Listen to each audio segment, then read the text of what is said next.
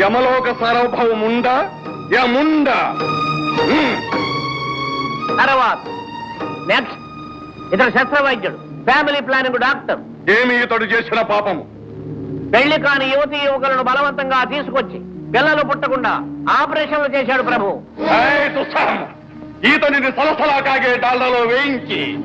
ప్రభు, డాల్డా దొరకడం కష్టముగానున్నది.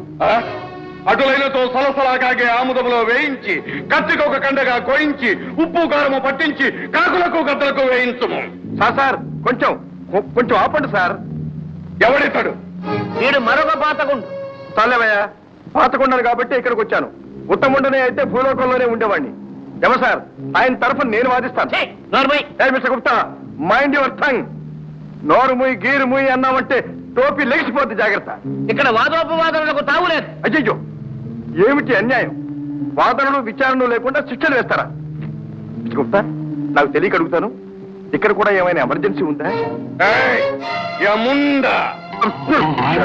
ఎందుకయ్యా ఆయన గట్టిగా అరుస్తాడు? ఆయనకి ఏమైనా బ్లడ్ ప్రెషర్ గానీ పైల్స్ కంప్లైంట్ గానీ ఉందా?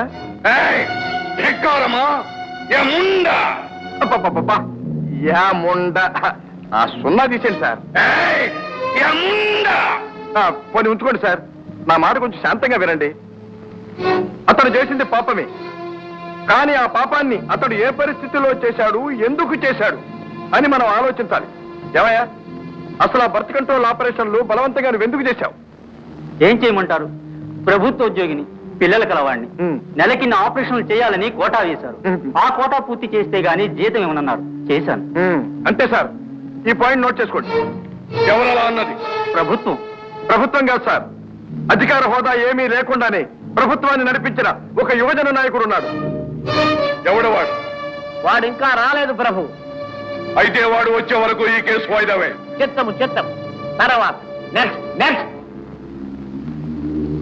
వీడు పెద్ద పెద్ద హోటల్లో బస చేసిన వారి విలాసార్థము వయసులో ఉన్న ఆడపిల్లలను సప్లై చేసినాడు ప్రభు. దుర్భరం! వీనిని నిలువునా కొరత వేయించి ఉక్కురం బొమ్మలతో పరపరా కోయించు. సార్ ఆగండి సార్, నాకు చిన్న సందేహం. ఏమది? ఇక్కడ ఈక్వాలిటీ బిఫోర్ లా ఉన్నదా? అంటే ఇక్కడ మీ న్యాయశాస్త్ర దృష్టిలో అందరూ సమానమేనా, లేక మాకో న్యాయము, మీ బంధువులకు స్నేహితులకు మరొక న్యాయమా? ధర్మ పరిరక్షకుండా యముండా. అందరికీ ఒకే ధర్మం, నేరస్తులందరికీ ఒకే శిక్ష. అయితే మీ దేవేంద్రులకి ఏమి శిక్ష విధించారు సార్? దేవేంద్రుడా?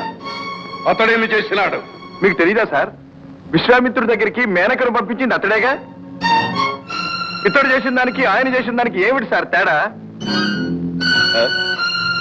ఇతడు చెప్పినది కూడా సమంజసంగానే ఉన్నది. ఈ కేసును కూడా పెండింగ్ లో పెట్టుము. ఇతను చేసిన పాపమేమి? ఇతడు బాల వితంతువుకు మళ్లీ పెళ్లి చేసి ఉన్నాడు. అనాచారి! నా పేరు సత్యం సార్. చూడండి, 5 ఏళ్ల పిల్లకి పెళ్లి చేస్తే 3 నెలలు తిరగకుండానే మొగుడు ఠాని చచ్చూరుకున్నాడు. ఆ పిల్ల పెరిగి పెద్దదైన తర్వాత నేనే వేరే సంబంధం చూసి మళ్లీ పెళ్లి చేశాను. తప్పటారా? తప్పున్నారా? విధవా పునర్వివాహము ధర్మశాస్త్ర విరుద్ధము. ఇదెక్కడా ధర్మశాస్త్రం అయ్యా బాబు? పెళ్లి కాకుండానే బిడ్డను కన్నా ఒక తల్లికి పెళ్లి చేసి మహాపతివ్రతను సర్టిఫికేట్ ఇచ్చారే.